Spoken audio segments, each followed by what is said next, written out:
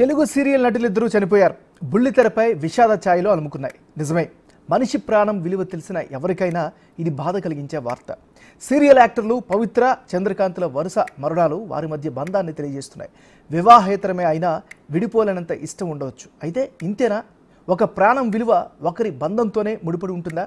ఇది కేవలం సందేహం కాదు, సమాధానం వెతకాల్సిన సందర్భం.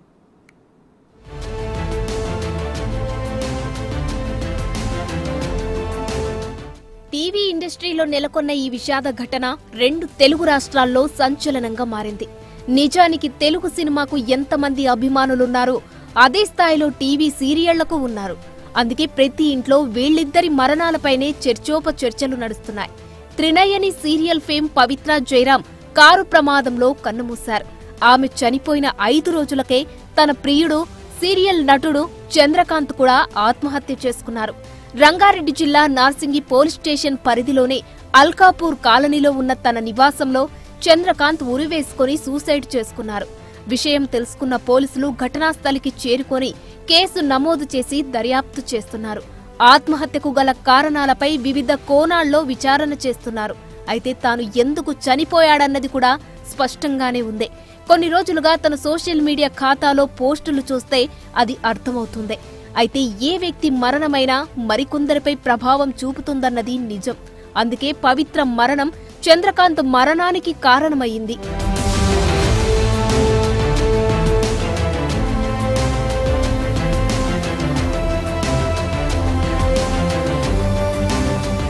నటుడు చంద్రకాంత్ కు భార్య, 2 పిల్లలు ఉన్నారు. అయితే 6 ఏళ్లుగా త్రినయని సీరియల్ నటి పవిత్ర జయరాంతో సహజీవనంలో కూడా ఉన్నాడు. పవిత్ర జయరాం చంద్రకాంత్లో బెంగళూరు వెళ్లి వస్తూ మే 12న తెల్లవారుజామున ఘోర రోడ్డు ప్రమాదంలో పవిత్ర జయరాం అక్కడికక్కడే మృతి చెందారు. ప్రమాదం జరిగిన కారులో చంద్రకాంత్ కూడా ఉండగా గాయాలతో ప్రాణాలతో బయటపడ్డాడు.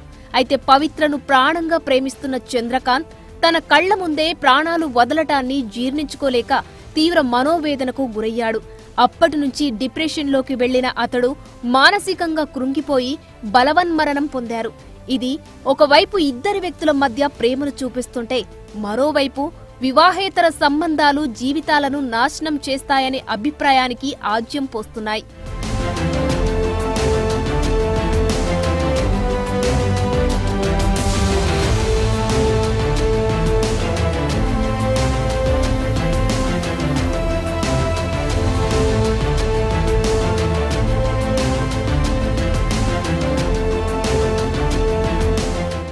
మే 17 రాత్రి తన నివాసంలో ఉరివేసుకుని చనిపోయారు చంద్రకాంత్. తన ప్రేయసి లేకుండా తాను బతకలేనని తాను పిలుస్తుందంటూ సన్నిహితులకు, బంధువులకు సమాచారం అందించి మరీ ఆత్మహత్యకు పాల్పడ్డాడు. అయితే పవిత్ర జయరాంకి 16 ఏళ్లకే పెళ్లి కాగా 20 ఏళ్లకు భర్తతో విడిపోయారు. కాగా ఈమెకి ఓ కూతురు, కొడుకు ఉన్నారు. కొడుకు వయసు 22 ఏళ్లు కాగా కూతురు వయసు 19 ఏళ్లు. ఇక చంద్రకాంత్కి కూడా పెళ్లై 2 పిల్లలున్నారు. 12 ఏళ్ల పాటు గాఢంగా ప్రేమించి మరీ పెళ్లి చేసుకున్నారు చంద్రకాంత్. అయితే ఒక ప్రేమ విరిగి అదే ప్రేమను ఇంకొకరితో పంచుకునే పరిస్థితికి వెళ్ళింది. చంద్రకాంత్ ఉంటే అతని జీవితంలో మరో ప్రేమకు కూడా చోటుండేదో లేదో ఇప్పుడు చెప్పలేని పరిస్థితి. ఈ సంగతి పక్కన పెడితే, ఎప్పుడైతే పవిత్ర జయరాంతో చంద్రకాంత్కి పరిచయం ఏర్పడిందో అప్పటి నుంచి తన భార్యని దూరం పెట్టారు చంద్రకాంత్. భార్యతో విభేదాల కారణంగా పవిత్రకి దగ్గరైన చంద్రకాంత్ ఆమెతో మరింత గాఢమైన బంధాన్ని బిల్డప్ చేసుకున్నారు. అంత ఎమోషనల్ బంధమే ఇప్పుడు తన మృతికి కారణమైంది.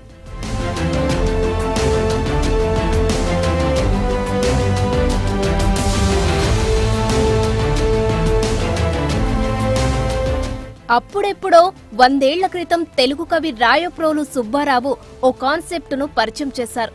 దాని పేరు అమలిన ప్రేమ. అంటే మలినం కానిదని అర్థమవుతూనే ఉంది. ఇక కవి రాసిన పదం ఎగ్జాక్ట్ గా ఇది కాకపోయినా ప్రేమకున్న చాలా అర్థాల్లో ఒకటిగా కవి రాసిన పదానికి ఈ అర్థం తీసుకొని కొన్ని విషయాలను అర్థం చేసుకోవాల్సి ఉంది.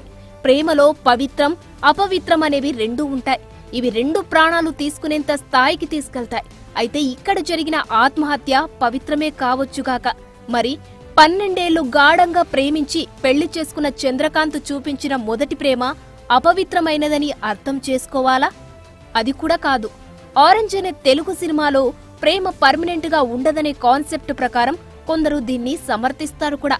అంతవరకు బాగానే ఉంది.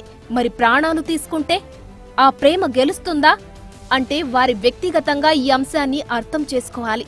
కానీ వ్యక్తి అంటే ఓ సామాజిక జీవి. సమాజంలో లేకుండా వ్యక్తి ఉండలేడు. కాబట్టి ప్రేమ అనేది వ్యక్తిగతం కాదు, ఇద్దరికి సంబంధించిందే. ప్రాణం కూడా అలాగే, ఇద్దరికంటే మించి చాలా మందిని ప్రభావితం చేస్తుంది.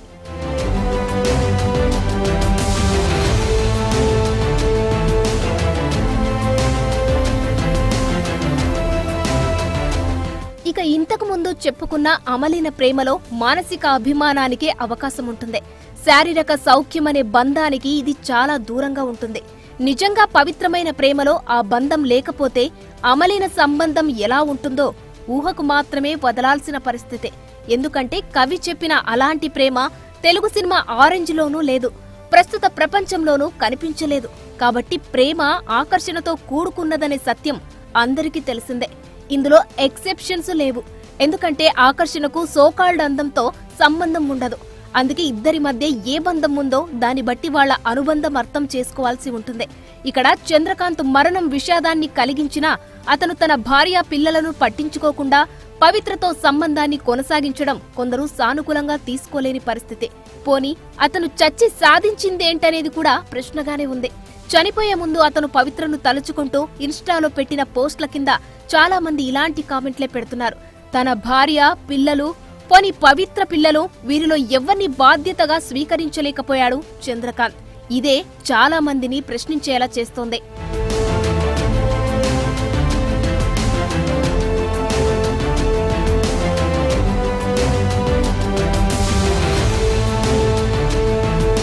నిజానికి ఆత్మహత్య అన్నది మెచ్యూరిటీతో తీసుకునే నిర్ణయం కాదనే అభిప్రాయం నిపుణులు కూడా వ్యక్తం చేస్తారు.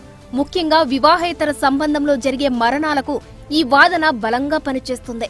అక్రమ సంబంధాలు వారితో మాత్రమే ముగిసిపోవు. ఇరువైపులా ఉన్న కుటుంబాలు, పిల్లలు, బంధువులు ఇలా చాలా మందిపై ప్రభావం చూపుతుంది. వారిలో తీవ్రమైన మానసిక ఒత్తిడికి కారణమవుతుంది. ఒక్కోసారి వారిని కూడా ఆత్మహత్యకు పురిగొల్పేలా చేస్తుంది. అంతకు మించి తల్లిదండ్రులు వివాహేతర సంబంధం కారణంగా చనిపోతే అది వారి పిల్లలపై ఘోరమైన ప్రభావాన్ని చూపుతుంది. వారి జీవితకాలం వెంటాడుతుంది. అందులోనూ చనిపోయిన వారు సెలబ్రిటీలైతే అది ఇంకా నరకప్రాయంగా మారుతుంది. అందుకే ఒక మరణాన్ని అన్ని కోణాల నుండి చూసిన తర్వాత మాత్రమే మనిషికి మరణించే హక్కు ఉంటుంది. అందుకే చట్టం కూడా ఆత్మహత్యను నేరంగా పరిగణిస్తోంది.